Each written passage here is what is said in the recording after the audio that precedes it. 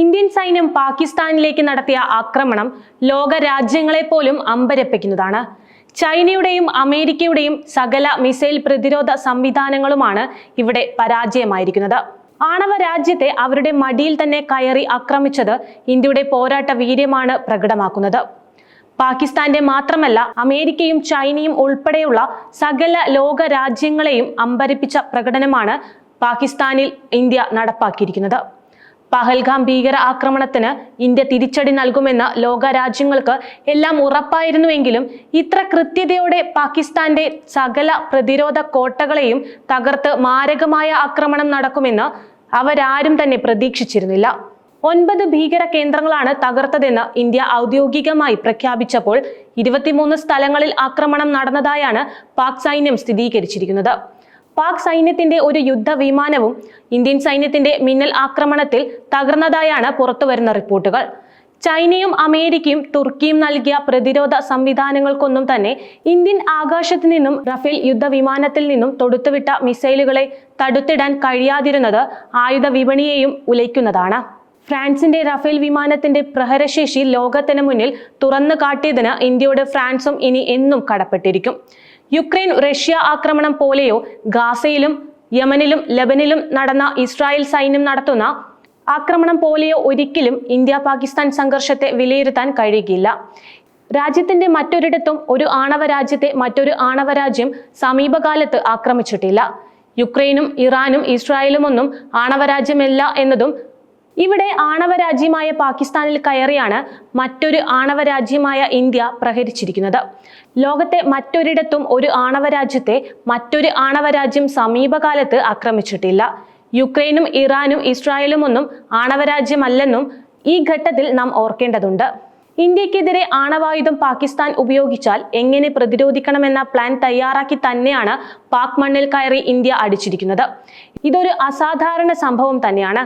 പഹൽഗാമിൽ ഭീകരാക്രമണത്തിന് നേതൃത്വം നൽകിയവരെ സ്വപ്നത്തിൽ പോലും ഞെട്ടിയുണർത്തുന്ന ആക്രമണമാണ് ഇന്ത്യ നടത്തിയിരിക്കുന്നത്. അതുകൊണ്ട് തന്നെ ഓപ്പറേഷൻ സിന്ദൂറും ഇനി ചരിത്രത്തിന്റെ ഭാഗമാകും. കൊടും ഭീകരനായ ജെയ്ഷെ മുഹമ്മദ് സ്ഥാപകൻ മസൂദ് അസറിന്റെ 14 കുടുംബാംഗങ്ങൾ ഉൾപ്പെടെയാണ് ഇന്ത്യൻ സൈന്യത്തിന്റെ ആക്രമണത്തിൽ കൊല്ലപ്പെട്ടിരിക്കുന്നത്. സാധാരണക്കാരായ പാവപ്പെട്ട ഇന്ത്യയിലെ ജനങ്ങളെ കൊന്നൊടുക്കാൻ ചാവേറുകളെ പറഞ്ഞുവിട്ട മസൂദ് അസറിന് ഈ ജീവിതത്തിൽ കിട്ടാവുന്നതിൽ വെച്ച് ഏറ്റവും വലിയ പ്രഹരമാണിത്. കണ്ണീരിന്റെ വില ഇപ്പോൾ മസൂദ് അസറും അറിഞ്ഞു കാണും. ചുരുങ്ങിയത് 100 ഭീകരരെങ്കിലും കൊല്ലപ്പെട്ടിട്ടുണ്ട് എന്നാണ് പുറത്തുവരുന്ന വിവരം.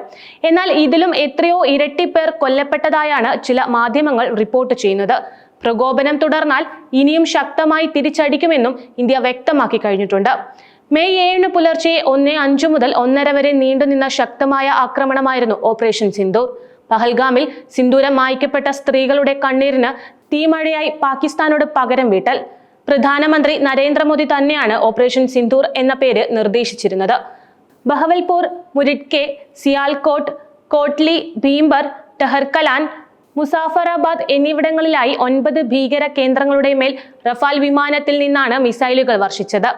മിന്നൽ ആക്രമണത്തിന് ശേഷം പാക് സൈന്യം നടത്തിയ പ്രകോപനത്തിന് തിരിച്ചടിയായി ഇന്ത്യൻ സൈന്യം നടത്തിയ ആക്രമണത്തിൽ നിരവധി പാക് സൈനികരും ഇതിനകം കൊല്ലപ്പെട്ടിട്ടുണ്ട്. ഇന്ത്യയുടെ ഓപ്പറേഷൻ സിന്ദൂറിന് മറുപടി നൽകാൻ സൈന്യത്തിന് പാക് സർക്കാർ നിർദ്ദേശം നൽകിയതും സംഘർഷം വ്യാപിപ്പിക്കുമെന്ന സൂചനയാണ്. ഇന്ത്യ പാകിസ്ഥാനിലെ ഭീകര താവളങ്ങൾ ലക്ഷ്യമിട്ടാണ് ആക്രമണം നടത്തിയത്. ഇക്കാര്യം ലോക രാജ്യങ്ങളെ ബോധ്യപ്പെടുത്താനും ഇന്ത്യക്ക് സാധിച്ചിട്ടുണ്ട്. അതുകൊണ്ട് കൂടിയാണ് ചൈനയ്ക്കും തുർക്കിക്കും പാകിസ്ഥാനു വേണ്ടി ശക്തമായി രംഗത്തിറങ്ങാൻ പറ്റാതിരുന്നത്. പാകിസ്ഥാനെ തിരിച്ച് ആക്രമിക്കാൻ ഇന്ത്യയിൽ ഭീകര താവളങ്ങളില്ല. അതുകൊണ്ട് തന്നെ അവർ ആക്രമിക്കുകയാണെങ്കിൽ സൈനികരെയും സാധാരണക്കാരെയുമാണ് ആക്രമിക്കുക. ഇത്തരം ഏത് നീക്കവും പാകിസ്ഥാന്റെ അടിവേര് തകർക്കാൻ കാരണമാകും. തുറന്ന യുദ്ധത്തിലേക്ക് ഇന്ത്യ നീങ്ങിയാൽ പാകിസ്ഥാൻ പല കഷ്ണങ്ങളായാണ് മാറുക. ഇന്ത്യ പാക് യുദ്ധം മുന്നിൽ കണ്ടുള്ള സകല തയ്യാറെടുപ്പുകളും ഇന്ത്യ ഇതിനകം തന്നെ പൂർത്തിയാക്കി കഴിഞ്ഞിട്ടുണ്ട്. ഇനി യുദ്ധം വേണമോ എന്ന് തീരുമാനിക്കേണ്ടത് പാകിസ്ഥാൻ മാത്രമാണ്. ഇന്ത്യക്ക് എല്ലാ സഹായവും വാഗ്ദാനം ചെയ്ത് പ്രധാന ആയുധ വിതരണക്കാരായ റഷ്യയും ഫ്രാൻസും രംഗത്ത് വന്നു കഴിഞ്ഞു. റഷ്യയുടെ ഇടപെടൽ ചൈനയെയും പ്രതിരോധത്തിലാക്കുന്നതാണ്. പാകിസ്ഥാൻ എന്ന തല്ലിപ്പൊളി രാഷ്ട്രത്തിനു വേണ്ടി ലോകശക്തിയായ റഷ്യയുമായി പിണങ്ങാൻ ചൈന എന്തായാലും ആഗ്രഹിക്കുകയില്ല. ഇന്ത്യയുമായി ഒരിക്കലും അടുക്കാൻ പറ്റാത്ത തരത്തിൽ അകലുന്നതും മാറുന്ന ലോകക്രമത്തിൽ ചൈനയ്ക്ക് നഷ്ടക്കച്ചവടം തന്നെയായിരിക്കും. ബ്രിക്സ് പോലുള്ള സംവിധാനത്തിൽ ഇന്ത്യക്കും റഷ്യയ്ക്കുമൊപ്പം നിർണായക പങ്ക് വഹിക്കുന്ന ചൈനയെ സംബന്ധിച്ച് ഇതെല്ലാം മുഖവിലക്കെടുത്ത് മാത്രമേ ഇന്ത്യക്ക് എതിരായി കടുത്ത നിലപാട് സ്വീകരിക്കാൻ പറ്റൂ. ഇപ്പോഴത്തെ സാഹചര്യത്തിൽ അതിനുള്ള സാധ്യതയും കുറവാണ്.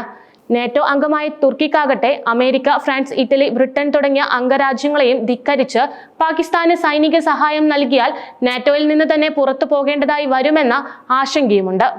ഇന്ത്യ പഴയ ഇന്ത്യ അല്ലെന്നും ഇന്ത്യക്ക് ഇന്ന് ലോക രാജ്യങ്ങളിലുള്ള സ്വാധീനം എന്താണെന്നും ആദ്യം തിരിച്ചറിയേണ്ടിയിരുന്നത് പാകിസ്ഥാനാണ്.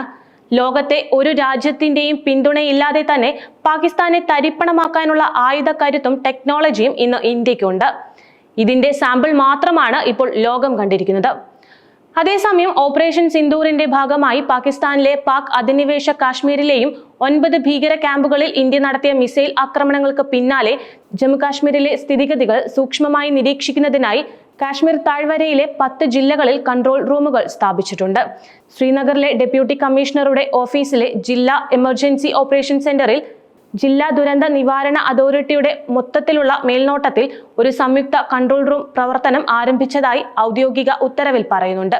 കാശ്മീരിലെ എല്ലാ 10 ജില്ലകളിലും സമാനമായ കൺട്രോൾ റൂമുകൾ സജ്ജീകരിച്ചിട്ടുണ്ട്.